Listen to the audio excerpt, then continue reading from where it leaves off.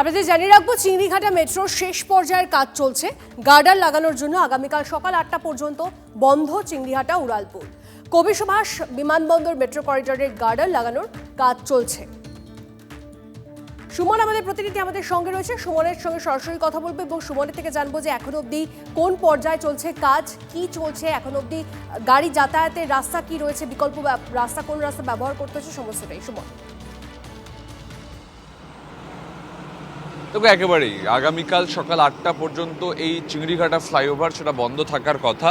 তার কারণ 325 এবং 326 নম্বর যে পিলার, সেই পিলারে এখনও কাজ চলছে। ফলস্বরূপ দীর্ঘক্ষণ এই চিংড়িঘাটা ফ্লাইওভার বন্ধ রয়েছে, ফলে রাস্তাকে ডাইভার্ট করতে হয়েছে।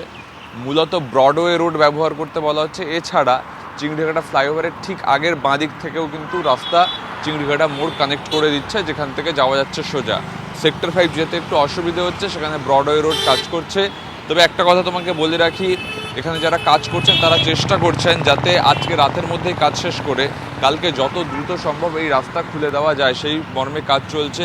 এমনিতেই তুমি জানো, নিউ গড়িয়া থেকে এই মেট্রোর কাজ যদি কমপ্লিট হয়ে যায়, যা এত মাস ধরে থমকে ছিল, যা শুরু হয়েছে নতুন সরকার আসার ফলে, তাহলে মাত্র 30 মিনিটে কিন্তু নিউ গড়িয়া থেকে সেক্টর 5 চলে আসা যাবে।